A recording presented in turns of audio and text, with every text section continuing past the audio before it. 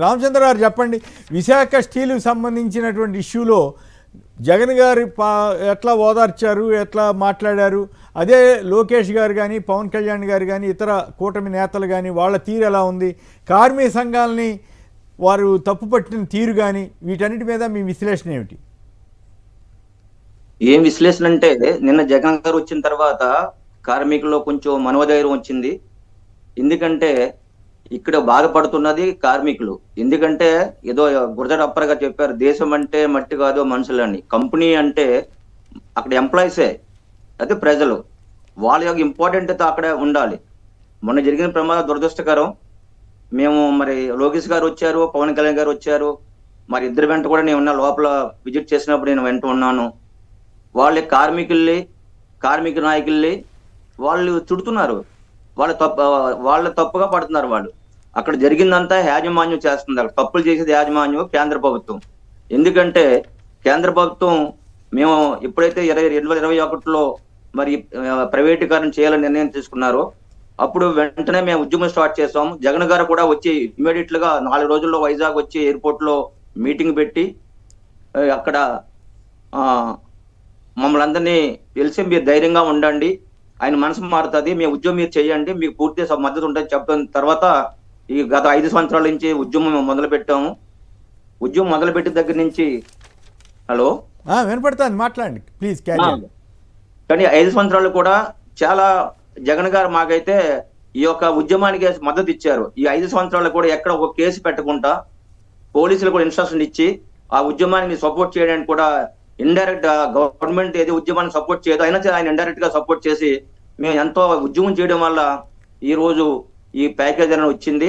అది కూడా ఎన్నికల ముందు మరి ఎన్డీఏ కూటమి ఇక్కడికి వచ్చిన తర్వాత ఎన్నికల ఎలక్షన్ లో చంద్రబాబు నాయుడు గారు, పవన్ కళ్యాణ్ గారు కూడా వచ్చి స్టీల్ ప్లాంట్ కాపాడుతామని చెప్పిన తర్వాత మేము కూడా చాలా సంతోషించాం. అయితే ఎన్నికలు అయిన తర్వాత మరి వాళ్ళు గవర్నమెంట్ తో మాట్లాడడం కానీ మేము ఉద్యమం ఈ ఫలితం అవ్వచ్చు, మొత్తానికి ఒక ప్యాకేజ్ ఇచ్చి ఆ ప్యాకేజ్ లో ఒక కండిషన్ పెట్టి అందులో 50% మ్యాన్ పవర్ తగ్గించాలని చెప్పి కేంద్ర ప్రభుత్వం కండిషన్ పెట్టడం వల్ల ఈరోజు ఎంప్లాయ్మెంట్ ఇంకా 9,000-8,000 మంది నిర్వాసితులు ఇంకా ఉద్యోగ అవకాశాలు రాక 40 years నుంచి ఎదురు చూస్తుంటే ఉన్న వాళ్ళ మొత్తం 50% తీసేయమని చెప్పడం వల్ల ఈ రోజు మ్యాన్ పవర్ తగ్గించడం వల్ల సరైన మెయింటెనెన్స్ లేక అక్కడ సరైన ఒత్తిడి వచ్చి ఆ కార్మికుల మీద ఈ రోజు ప్రమాదం జరిగింది. మరి 9 మంది చనిపోయారు, ఇంకొక ఆయన కూడా చావు బతుకుల్లో ఉన్నారు. చాలా దురదృష్టకరం. జగన్ గారు ఎందుకంటే మా ఎంప్లాయీస్ కి ఎవరు అడ్రస్ చేస్తారు, మాకు ఎవరు ధైర్యం ఇస్తారు అనేది చూస్తే మరి మా వాళ్ళిద్దరూ కూడా పవన్ కళ్యాణ్ గారు కానివ్వండి, లోకేష్ గారు కూడా వాళ్ళు ఏదో మేము ఇది ఇచ్చాం, అది ఇచ్చాం, ప్యాకేజ్ ఇచ్చాం చెప్పారు తప్ప కనీసం ఏదో అనౌన్స్మెంట్ చేస్తారు, ₹1 ఇవ్వాలని చెప్పారు. ఎందుకంటే అప్పుడు 2012లో మరి పెద్ద యాక్షన్ జరిగితే ఆ రోజులో 25 lakhs ఇచ్చారు ఆ టైంలో. ఇప్పుడు ఉన్న పరిస్థితిని బట్టి వాళ్ళకి ₹1 ఇవ్వాలి, నష్టపరిహారం ఎక్స్గ్రేస్ అడిగాం మేము. మిగతా వీళ్ళు లెక్క వేస్తున్నారు, పిఎఫ్, గ్రాడ్యుటీ, ఇన్సూరెన్స్ అంతా కంపెనీ వాళ్ళు ఎంప్లాయీ తాలూకా రావాల్సినవి, అవి మామూలుగా వస్తాయి. అవి గవర్నమెంట్ ఏమి ఇచ్చిందని కావాలి. ఆ గవర్నమెంట్ స్టీల్ ప్లాంట్ మాత్రం 25 లక్షలు వాళ్ళు స్టీల్ మినిస్టర్ గారు వచ్చి కుమారస్వామి గారు అనౌన్స్ చేశారు, అది స్టీల్ ప్లాంట్ ఇస్తుంది. అదే విధంగా 2 లక్షలు ప్రైమ్ మినిస్టర్ గారు అనౌన్స్ చేశారు. అది తప్ప రాష్ట్ర ప్రభుత్వం నుంచి ₹1 అనౌన్స్ చేస్తారని చాలా ఆశపడ్డాం. అది ఏమీ లేకుండా వచ్చి ఇక్కడ ఎంప్లాయీస్ మీద, యూనియన్స్ నాయకుల మీద ఇష్టాచారంగా లోకేష్ గారు మాట్లాడారు. అది చాలా దురదృష్టకరం, చాలా బాధాకరం అనిపిస్తుంది సార్. నిన్న జగన్ గారు వచ్చిన తర్వాత ఖచ్చితంగా ఆయన చెప్పారు, ఎంప్లాయీస్ అడ్రస్ చేశారు. ఎంప్లాయీస్ ఏం పడుతున్నారో ఎక్కడ దేశంలోని విధంగా లేని విధంగా ప్రొడక్షన్ లింక్డ్ శాలరీస్ ఇస్తున్నారండి. గత నవంబర్ నుంచి ఈ 2 సంవత్సరాల నుంచి సుమారు 6,000 మంది కాంట్రాక్ట్ కార్మికులు తీసేశారు. 4,000 మంది పర్మనెంట్ అప్లై బయటకు పంపించడం వల్ల ఈ రోజు 7 మిలియన్ టన్నులకి 30,000 మంది ఉద్యోగాలు ఉండాలి. ఆ 30,000 మందిలో ఇప్పుడు ఆల్మోస్ట్ 9,000 మంది పర్మనెంట్ ఎంప్లాయీస్, 9,000 మంది కాంట్రాక్ట్ కార్మికులు మిగడం వల్ల ఈ ప్లాంట్ మెయింటెనెన్స్ ఈ 2 years నుంచి మెయింటెనెన్స్ లేకపోవడం వల్ల ఈరోజు ప్రమాదాలు జరుగుతున్నాయి. మేము హెచ్చరిస్తున్నాం, ఇది అయితే చాలా ప్రమాదాలు జరుగుతాయి. స్టీల్ ఇండస్ట్రీ అంటేనే మాన్యువల్ గా అయితే ఇక్కడ ఒక పాయింట్ చెప్పండి. చంద్రబాబు నాయుడు గారు జనరల్ గా ఇటువంటి వాటికి అపోజిషన్ ఉన్నప్పుడైతే మరి వేగంగా వచ్చేవారు కదా, ఇప్పుడు ఎందుకు రాలేదు? జనరల్ ఇటువంటి వాటికి వస్తుంటారు కదా, ఎందుకు ఆయన వెనక్కాడారు? కేవలం లోకేష్ గారికి ప్రొజెక్షన్ కోసమా, లేకపోతే లోకేష్ గారు డీల్ చేస్తే సరిపోద్ది అనుకున్నారా, లేదా పవన్ కళ్యాణ్ గారు డీల్ చేస్తే సరిపోద్ది అనుకున్నారా? ఆయన ఎందుకు రాలేదని మీరు అంతా అనుకుంటున్నారు? యాక్చువల్ గా ఇక్కడ ఈ ప్యాకేజ్ ఇచ్చిన తర్వాత ఇప్పుడు 2025 జనవరిలో ఇచ్చారు. ఇచ్చిన దగ్గర నుంచి కూడా ఈ స్టీల్ ప్లాంట్ పూర్తిగా ఈ బ్రాండే తీసేశారు కేంద్ర ప్రభుత్వం. ఎన్నిసార్లు మొత్తుకున్నా స్థానిక పల్లా శ్రీనివాస్ గారు పక్కనే ఉంటారు గాజువాకలో, ఆయనకి ఎన్నో సార్లు ఏంటి ఈ పరిస్థితి ఏంటి, ఉన్న ఎంప్లాయీస్ తీసేయడం ఏంటి, మళ్ళా కొత్తగా జార్ఖండ్ నుంచి ఒరిస్సా నుంచి ఎంప్లాయీస్ పెట్టుకోవడం ఏంటి, మళ్ళీ ఇక్కడ తీసిన ఎంప్లాయీ మళ్ళీ అవకాశం ఉన్నాయి జాయిన్ అవ్వాలంటే ఆధార్ కార్డులు ఉంటే అది దాన్ని లింక్ చేశారు, లింక్ చేసి ఆధార్ కార్డుని బ్లాక్ చేశారు. మళ్ళీ ఎవరైనా కంపెనీ ఒక కాంట్రాక్టర్ వచ్చి మళ్ళీ జాయిన్ అవ్వాలన్న నిర్వాసితుడికి అవకాశం లేకుండా చేశారు. అదైనా చేయండి అంటే మరి ఎమ్మెల్యే గారు కూడా ఎన్నిసార్లు చెప్పినా యాజమాన్యం వినలేదు.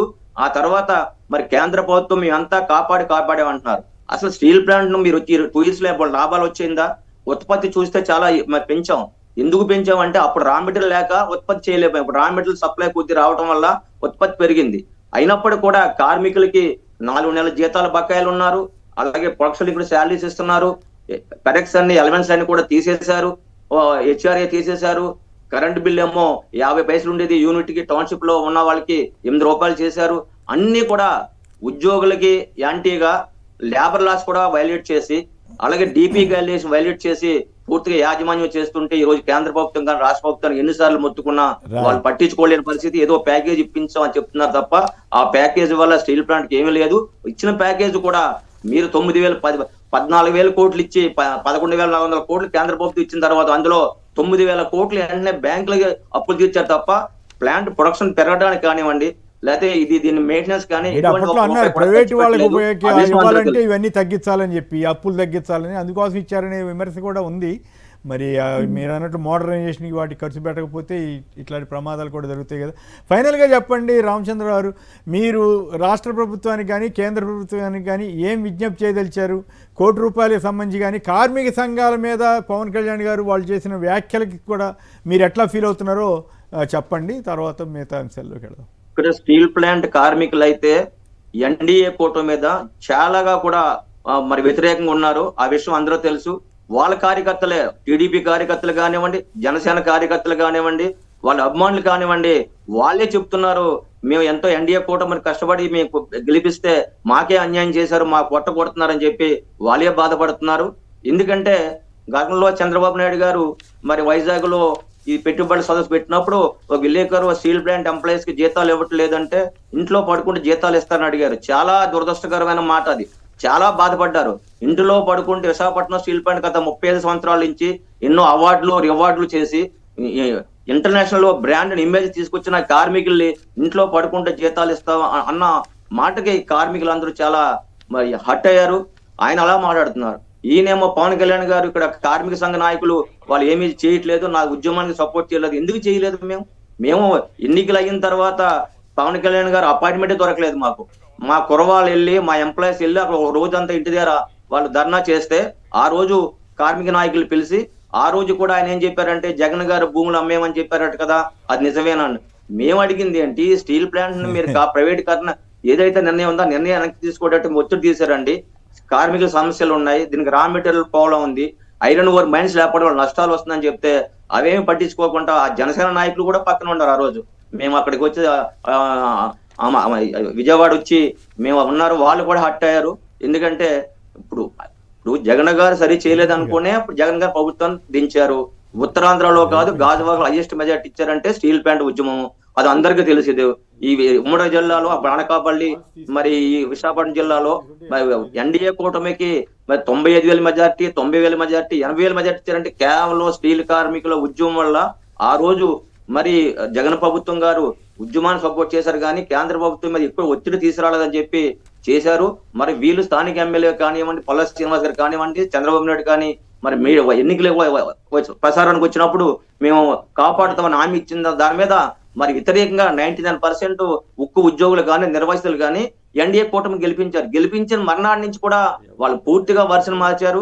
వాళ్ళు అధికారంలో ఒకటి మాట్లాడతారు, అధికారంలో లేకపోతే ఒకటి మాట్లాడతారు, ప్రతిపక్షంలో ఉన్నప్పుడు అన్ని చేస్తామంటారు. వచ్చిన తర్వాత రివర్స్ లో ఏదైనా ఒక క్వశ్చన్ వేస్తే ఏదైనా సమస్యలు చెప్తే రివర్స్ లో మాట్లాడడం అనేది ఖచ్చితం కాదు. ఎందుకంటే ఒక కార్మికుల్ని ఈ రోజు విశాఖపట్నం స్టీల్ ప్లాంట్ కార్మికులు అన్ని స్టీల్ ప్లాంట్ల కంటే సంవత్సరానికి 700 టన్నులు మరి మేనేజర్ వాళ్ళు ఉత్పత్తి చేస్తున్నారు. అలాంటి కార్మికుల్ని ఇంట్లో పడుకుంటే జీతాలు ఇస్తారనేది చంద్రబాబు గారు చెప్పడం అనేది చాలా దురదృష్టకరం. చాలా హట్ అయ్యారు కార్మికులు, అందరూ చాలా వ్యతిరేకంగా ఉన్నారు ఎన్డీఏ కూటమి మీద.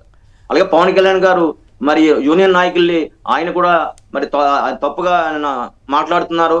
అది కూడా స్టేట్ కార్మిక నాయకులు అంటే వాళ్ళ కార్మిక నాయకుడిగా మీరు 1 year ఉండండి, 1 year గా విశాఖపట్నం స్టీల్ ప్లాంట్ వాళ్ళు ఎక్కడో కార్మిక నాయకుడిగా ఉండండి. ఆ కష్టాలు ఏంటో తెలుస్తాయి మీకు. రాజకీయాలన్నీ చాలా ఈజీ ఉంటాయి. రాజకీయాలు చేయడం చాలా, మాకు కూడా 1980 నుంచి రాజకీయాలు నాకు అనుభవం ఉంది. అంటే డైరెక్ట్ గా రాజకీయాలకు వెళ్ళకపోయినా ఒక కార్మికుడిగా, కార్మిక నాయకుడిగా, INTUC రాష్ట్ర ఉపాధ్యక్షులుగా ఎన్నో కార్మికులు రాష్ట్రంలో బాధలు పడుతున్నారు. వాళ్ళకి కనీస వేతనాలు లేవు, లేబర్ లాస్ ఇంప్లిమెంట్ చేయలేదు. ఇవన్నీ త్వరలో మేము కూడా ఉద్యమానికి రెడీ అవుతున్నాం రాష్ట్ర వ్యాప్తంగా కూడా. విశాఖపట్నం స్టీల్ ప్లాంట్ వచ్చేసరికి కార్మికులు చాలా ఇబ్బంది పడుతున్నారు. అక్కడ క్యాంటీన్లు తీసేశారు. మరి VRS ఇచ్చి బయట పంపిస్తే వాళ్ళ బయట పంపించి కూడా వాళ్ళు పేమెంట్ చేయలేదు. అన్ని విధాల కార్మికులు అయితే డైరెక్ట్ గా రమ్మని చెప్తున్నాం. చంద్రబాబు నాయుడు గారు మరి ఆయన చెప్తుంటా, నేను 14 సంవత్సరాలు సీఎం గా ఉన్నారు, మళ్ళీ ఇది 3వ మళ్ళా 2 సంవత్సరాలు అంటే 16 సంవత్సరాలు సీఎం గా ఉన్నారు. విశాఖపట్నం స్టీల్ ప్లాంట్ అనేది రాష్ట్రంలోనే ఒక పెద్ద పరిశ్రమ. ఆల్రెడీ చెప్పి మళ్ళీ బాగా మాట్లాడారు రామచంద్ర గారు, చాలా డీటెయిల్ గా మాట్లాడారు.